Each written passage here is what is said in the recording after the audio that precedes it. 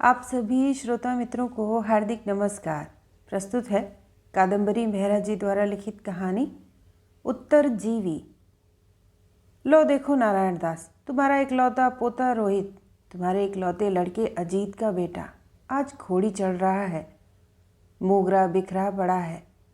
मोगरा जो मैं तुम्हारे लिए सफ़ेद चादर पर बिछा देती थी, जो मैं अंजुली भर अपने जूड़े में छुपा लेती थी, जो मैं मुट्ठी भर भर कर तुम्हारे ऊपर बिखेरती थी जब तुम मेरे पास खुली छत पर चांदनी बटोरने चले आते थे। शहनाई बज रही है।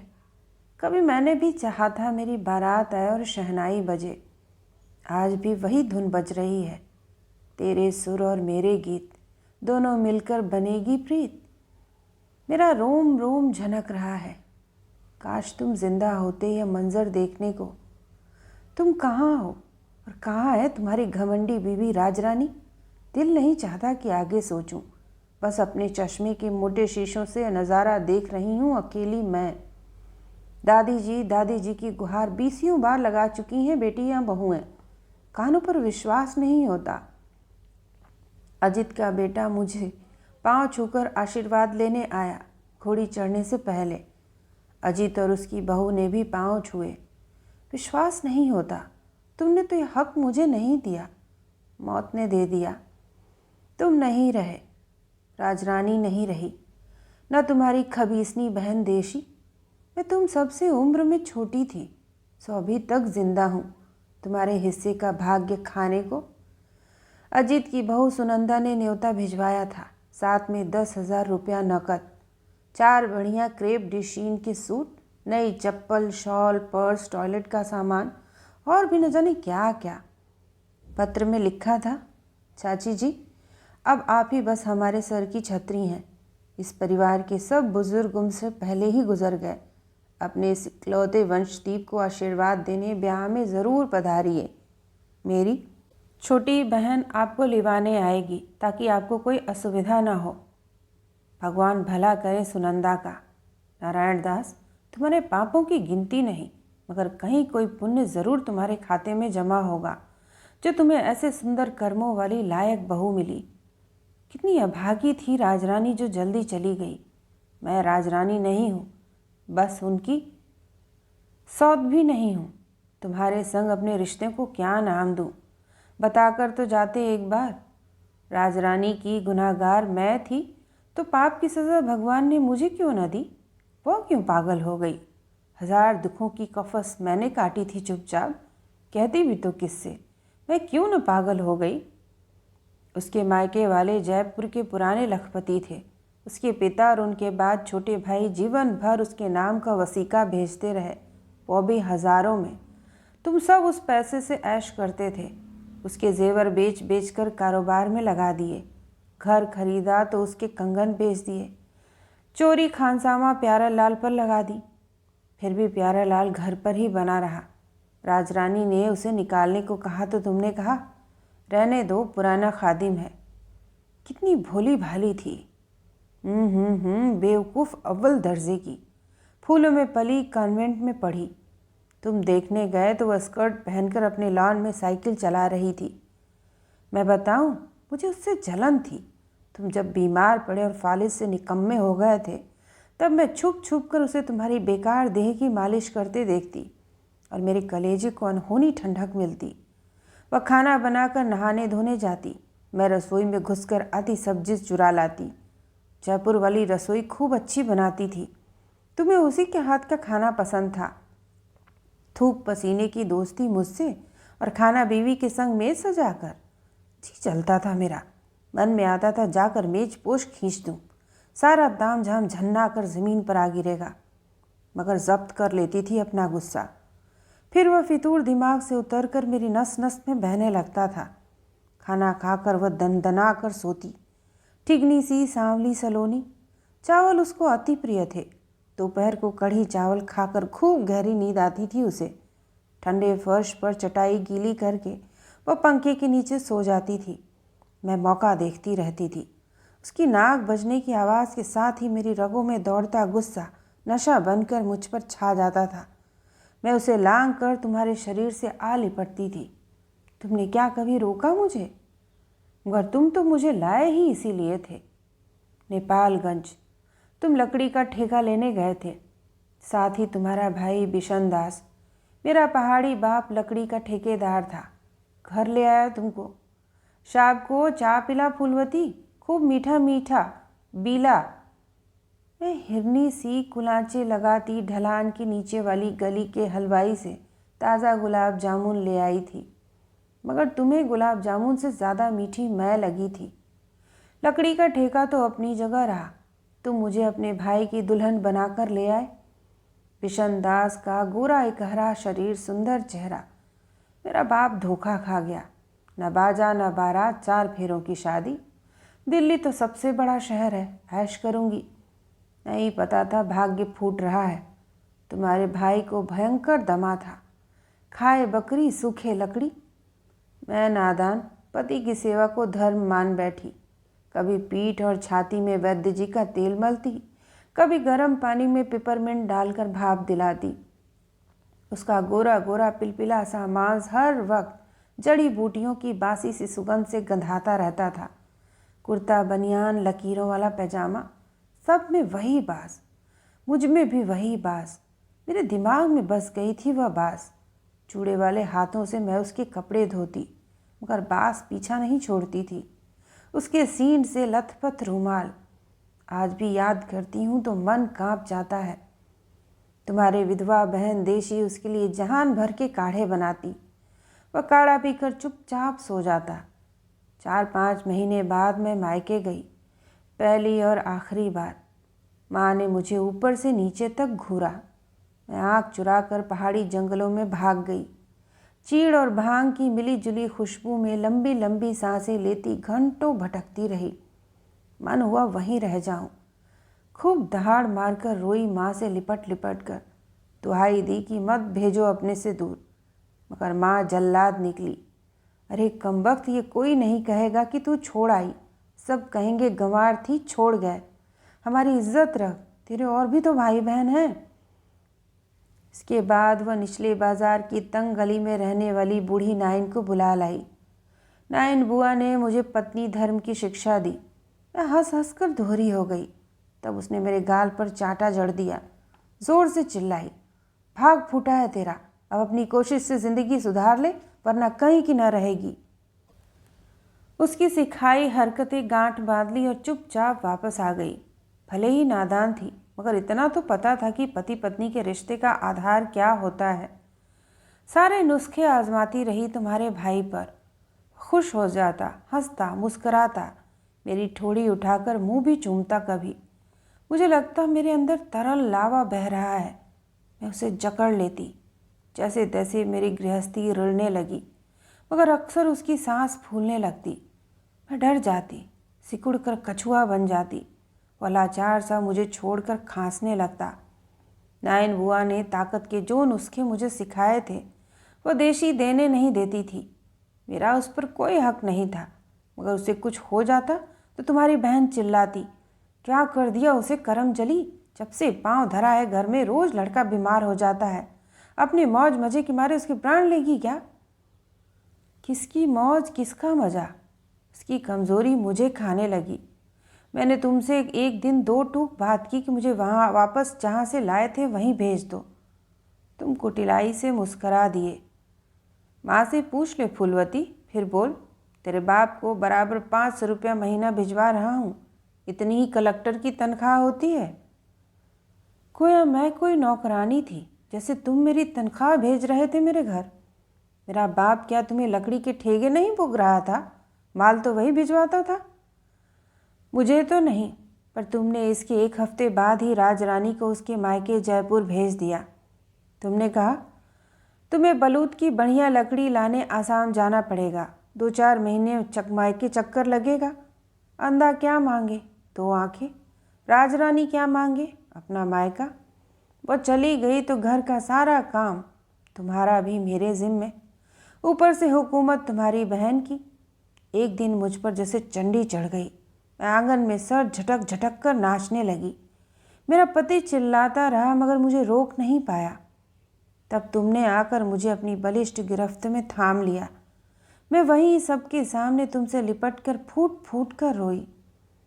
बिशन दास तुम्हारे दफ्तर में कागज पत्तर संभालता था।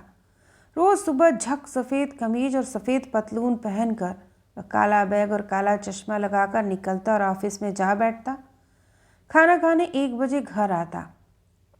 उसी के रिक्शा में देशी सौदा सुलभ लाने और मटर गश्ती करने सज बनकर बाजार चली जाती। घर पर मैं अकेली। उस दिन भी सुबह की रसोई समेट कर मैं छत पर चली गई। धूप में टंकी के पास बैठकर कपड़े धोए और नहाई। छत के दरवाजे की ओर मेरी पीठ थी। तुम चुपके से आए और दरवाजे की सांकल लगा दी। मैं मुड़कर देखती इससे पहले ही तुमने मुझे गीले पिंडे समूचा गोद में उठा लिया। मैं चिल्लाई तो हथेली से मेरा मुंह दबा दिया। चिल्ला चिल्ला, और ज़ोर से चिल्ला। सुन कौन रहा है तेरी? देशी सुनेगी। हाँ, मगर वह क्या तेरी तरफदारी करेगी? तुझे इल्ज़ाम लगा देगी, सोच ले। मैं छटपटाती रही मगर छूट न पाई। फिर यह हरकत रोज का किस्सा बन गई। जितना ही मैं डरती सिमटती उतना ही तुम रंग दिखाते। किसी को पता नहीं चला। मगर मैं मुँहज़ोर हो गई, एकदम निर्भीक। देशी की कटुक्तियों का मुंह तोड़ जवाब देती। प्यारे लाल पर रोब से हुक्म चलाती। जब मर्जी घूमने फिरने बाजार चली जाती। बस बिशन से दोस्ती बनाए रखी। उस पर मेरा हक था। वह सीधा साधा मासूम इंसान था। उसके प्यार करने में आग नहीं थी मगर सुकून था, जो मुझे अपना भाग्य समझ आता था। तुम्हारे हथकंडों से बेखबर वो मुझे सिनेमा ले जाता, किताबें पढ़कर सुनाता, अपनी पेंटिंग्स दिखाता। मैं उसे ठग रही थी मगर तुम्हारी मर्जी से। राजरानी वापस आ गई तो मैंने सोचा चलो जान छूटी, मगर तुम एक ही घाघ थे। कोई न कोई मौका जुटा ही लेते। पहले मैं राजरानी से डरती रही, फिर वह डर भी निकल गया। तुम चोर थे तो मैं सीना जोर। मेरे हाव भाव देखे तो राजरानी का माथा ठनका। उसने तुम पर अपनी गिरफ्त कस ली। जाने कैसे उसे शादी के कई वर्ष बाद गर्भ रह गया। तुम फूले न समाये। तुम्हारा सारा ध्यान राजरानी पर केंद्रित हो गया। मैं गई भाड़ में। जलन ने मुझे कुटिल बना दिया। ऊपर ऊपर से मैं खुशी दिखाती, अंदर अंदर कुढ़ती। मुझे बच्चा चाहिए था, अपना बच्चा, बिशन दास का बच्चा। बहुत जतन किए, कुछ नहीं हुआ। राजरानी जचकी के लिए मायके चली गई। उसे वहाँ छोड़कर तुम वापस आए तो तुम्हें फिर से मेरी याद आई। मन में आया तुम पर थूक दूँ, मगर मुझे बच्चा चाहिए था कैसे भी। मैं मुस्करा कर फिर से तुम्हारी होली। बच्चा आया, मेरा मन गुलजार हो गया। मैंने चुपके से तुमको बताया, पर तुम्हारा तो रंग ही फक हो गया। निकलवा, अभी गिरवा उसे। नहीं, हरगिज़ नहीं। कोई नहीं जानता कि यह तुम्हारा है। सब इसे मेरे बिशन का ही मानेंगे। नहीं गिरवाऊंगी। नहीं फूलवती, इसे कोई बिशन का नहीं मानेगा, क्योंकि तेरा आदमी बच्चा नहीं पैदा कर सकता। यह बात सिवा तेरे और सबको पता है। कैसे? फूलवती तो उसकी दूसरी बीवी है। उसकी पहली किसी और के संग भाग गई। हम दोनों जुड़वा भाई हैं। बिशन दास तुमसे दुगनी उम्र का है और मुझसे 2 घंटे बाद पैदा हुआ था। पैदाइश के वक्त वह सिर्फ 2 किलो वज़न का था। हमारी माँ ने 1000 तकलीफ़ें उठाकर उसे पाला था। उसे पालने में वह खुद मिट गई। जब देशी का आदमी हैजे से मरा तो मेरी माँ टूट गई और बिशन की जिम्मेदारी 2 बरस बड़ी बहन को सौंप कर मर गई।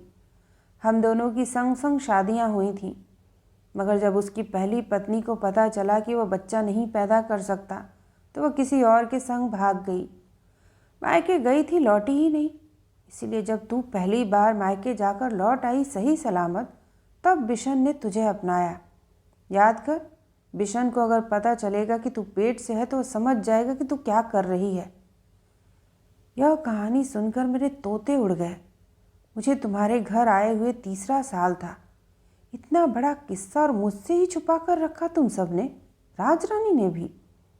मैंने ढीठ बनकर कहा, मैं बिशन दास को मना लूँगी, मगर तुम डर गए राजरानी से, उसके अमीर माँ बाप से, अपने अनमोल बेटे से। मैं चीखी, कितने बेईमान हो तुम सब, कितने झूठे हो। शादी ही क्यों की ऐसे आदमी की? तुम्हें यहाँ कैसे लाता? तेरा रूप जो डंक मार गया फूलवती, तो बेहद सुंदर जो थी। तो फिर राजरानी पर क्यों इतना लुटे जाते हो? अब पैसा भी कोई चीज़ है ना, बस तू अपनी जगह वो अपनी जगह।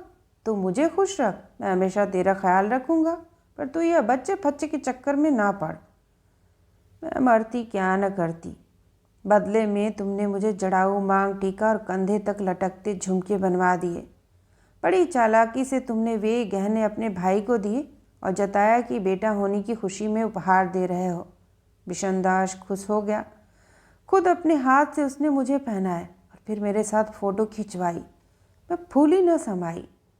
लकड़ी के ठेके से तुमने हज़ारों रुपए कमाए, मेरे नाम कोई रकम न कर दी जो मैं जीवन भर घुट्ट घुट्ट खाती। बिशनदास को भी तुम क्या देते थे? सिर्फ 250 रुपया महीना। हमारा राज कब तक छुपा रहता? जिस दिन पकड़ा गया तुम्हारे भाई ने जहर खा लिया, मैं विधवा हो गई।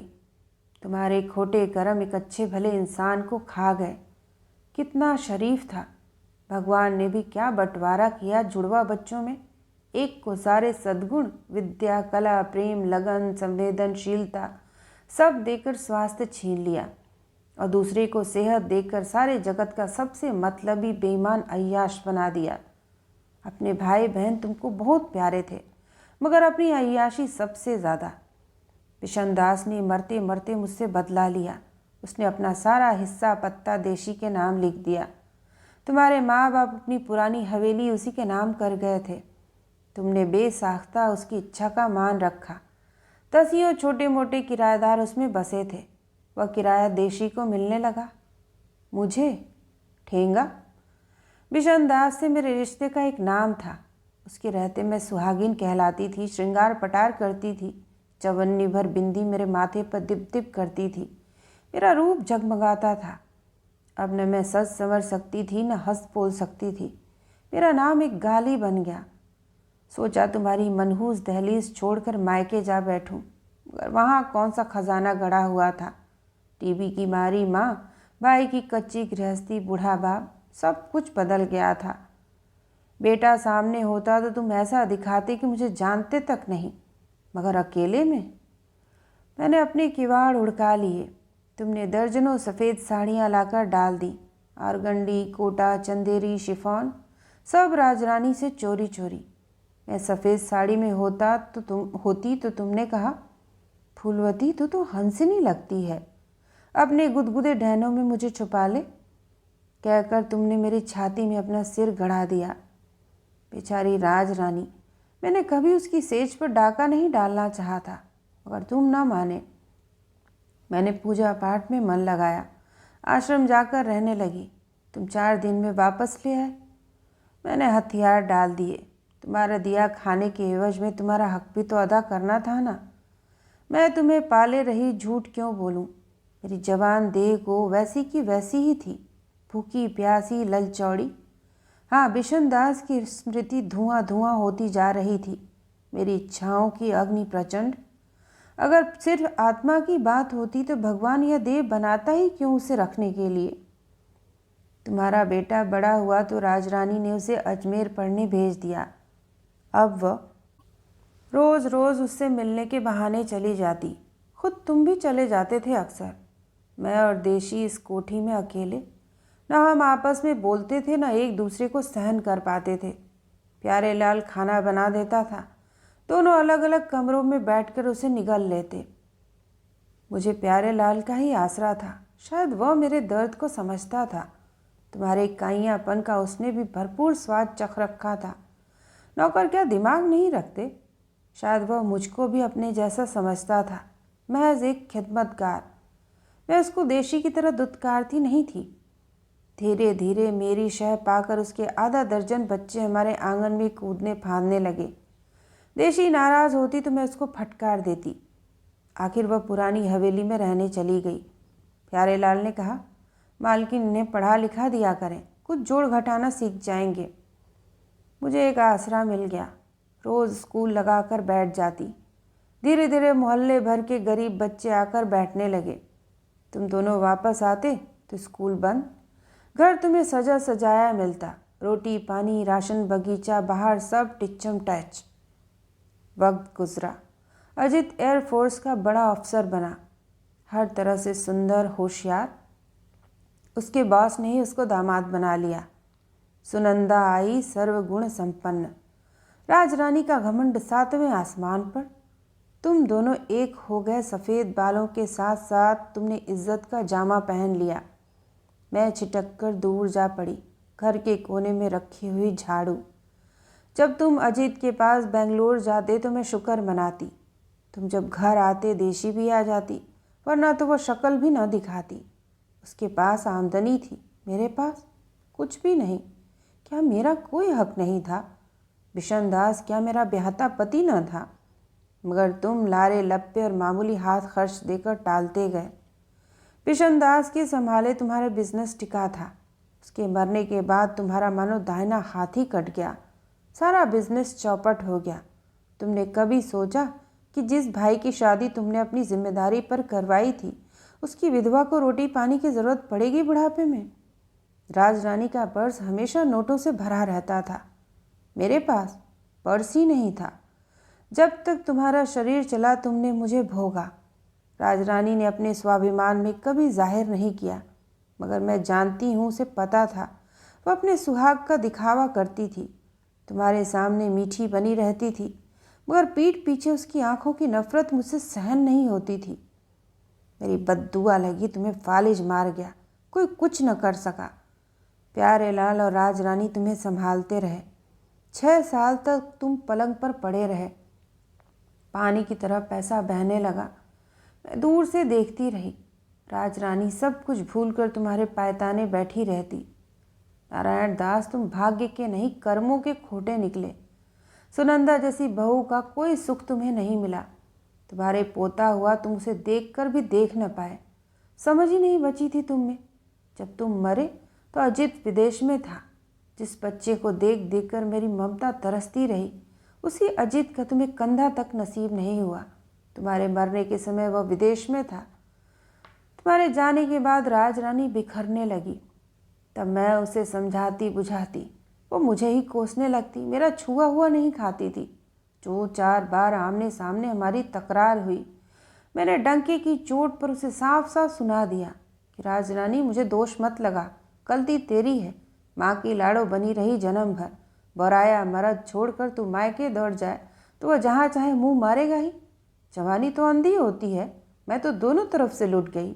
न इज्जत रही न रखवाला, और आज भिखारिन बनी तेरे 2 टुकड़ों के लिए यहाँ पड़ी हूँ और तू डंडे बरसा रही है। शर्म कर। मेरा आदमी मरा तेरे आदमी के कारण। तेरे पास तो पैसा है और पूत भी, मेरे पास क्या? मेरे पूत का नाम न ले अपनी काली जुबान से। तो जाना उसी के पास। यहाँ क्यों बैठी है? यह घर तो मनहूस है। बस बात लग गई। राजरानी अपना डेरा समेटकर बेटे बहू के पास चली गई। मैं निपट अकेली। प्यारे लाल को भी कहाँ से पालती। चुपचाप राजरानी की गृहस्थी से चोरियां करने लगी। कभी कोई भांडा, कभी चांदी का गिलास, कभी उसकी विदेशी साड़ी। वह छठे छमाहे आती तो उसे पता भी न चलता। उसकी याददाश्त मुदलाने लगी थी। शुमार फीकी पड़ने लगी। धीरे धीरे उसका आना कम होने लगा। किसे होश था सामान का। प्यारे लाल ने मोटर हथिया ली तो अजीत की छूछक में राजरानी के मायके से जो आई थी, वह उसकी टैक्सी चलाने लगा। मैंने चौकी बनकर उससे अपना कट रखवा लिया। वह रोज़ के रोज़ 30-40 रुपए दे देता। मैं कोठी को सजा संवार कर रखती। कोई ब्याह बारात होती तो सामने का बगीचा और कमरे किराए पर दे देती। मोहल्ले भर के बच्चे इस आंगन को गुलजार रखते। मैं खुद सिर्फ 8वीं तक पढ़ी थी, मगर इन बच्चों का होमवर्क करवाते करवाते काफ़ी सीख पड़ गई थी। जिसे भी ज़रूरत होती मेरे पास सीखने समझने आ बैठता। बिशन दास किताबों से भरी अलमारी छोड़ गया था। सब पढ़ती। मेरा नाम चाची जी पड़ गया। सिर्फ अजित ही नहीं, जगत भर की चाची। एक दिन सुना राजरानी बहुत बीमार है। मैंने प्यारे लाल को खबर लाने के लिए बेंगलोर भेजा, मगर उसके बेंगलोर पहुंचने से पहले ही वह जा चुकी थी। बुरी तरह गई। दिमाग नहीं रहा था उसका। जहाँ तहाँ गंदगी फैला देती कपड़ों समेत। पलंग पकड़ लिया। पड़े पड़े घाव हो गए। पूरे शरीर में गलन आ गई। हालांकि अजीत और सुनंदा ने सेवा और दवा में कोई कसर नहीं छोड़ी। आखिरकार अजीत ने चलो जो हुआ भला हुआ, निजात मिली। राजरानी के मरने के बाद अजित यहाँ आया था। सुनंदा को वो मेरे बारे में सब बता चुकी थी, मगर सुनंदा पढ़ी लिखी भले स्वभाव की नेक लड़की निकली। उसने आदर से पूछा, चाची जी, मम्मी का बहुत सा सामान पड़ा है, आपको देखभाल करनी पड़ती है, आप चाहें तो हम ले जाएं। मैंने भी प्यार से कहा, हाँ बेटी, सब तुम्हारा है, जो चाहो उठा लो। वो 3-4 दिन तक खोलती फरोलती छांटती रही। जो उसे ठीक लगा ले गई, बाकी यहीं धरा है, मेरे मरने तक पड़ा रहेगा। घर जर्जर हो चुका है। मेरा बुढ़ापा भी यहीं आकर पसरा है, जाने कब से। अजीत ने कहा था, जब तक मैं बैठी हूँ वह कोठी नहीं बेचेगा। देशी मर चुकी है। पुरानी हवेली में किराएदारों ने कब्जे जमा लिए। कौन है उनके संग कोर्ट कचहरी करने के लिए। अजीत और सुनंदा पे भतेरा है। बंगलौर में ठाठ से रहते हैं। एक बेटा, वो भी न्यूयॉर्क में जा बसा है। आजकल फैशन है विदेश में बच्चों को भेजने का। मेरी रोटी पानी सेवा दवा सब इन बच्चों के तमाम गरीब माँ बाप देख लेते हैं। बगीची हरी भरी है। जो पेड़ तुमने लगवाए थे खूब फल देते हैं, आम लीची अमरूद अनार। मैं खुश हूँ। तुम्हारे मरने के बाद बांट बांट कर खाती हूँ। बिशनदास की किताब में पढ़ा था, सबसे अच्छा प्रतिशोध है बाद तक बने रहना। बारात दुल्हन के द्वार तक आ गई है। दूल्हे की अगवानी हो रही है। मिलने की रस्म हो रही है। दुल्हन की दादी राजदूत की बीवी ने मुझे दूल्हे की दादी को गले से लगाया और पश्मीने का शॉल ओढ़ाया। कल जब दुल्हन की डोली हमारे घर आएगी तो मुंह दिखाई में उसे मैं अपना वही जड़ाऊ मांग टीका और झुमके दूंगी जो तुमने दिलाए थे। मैं उत्तरजीवी। तो यह थी कादम्बरी मेहरा जी द्वारा लिखित कहानी। सुनने के लिए आप सभी का धन्यवाद।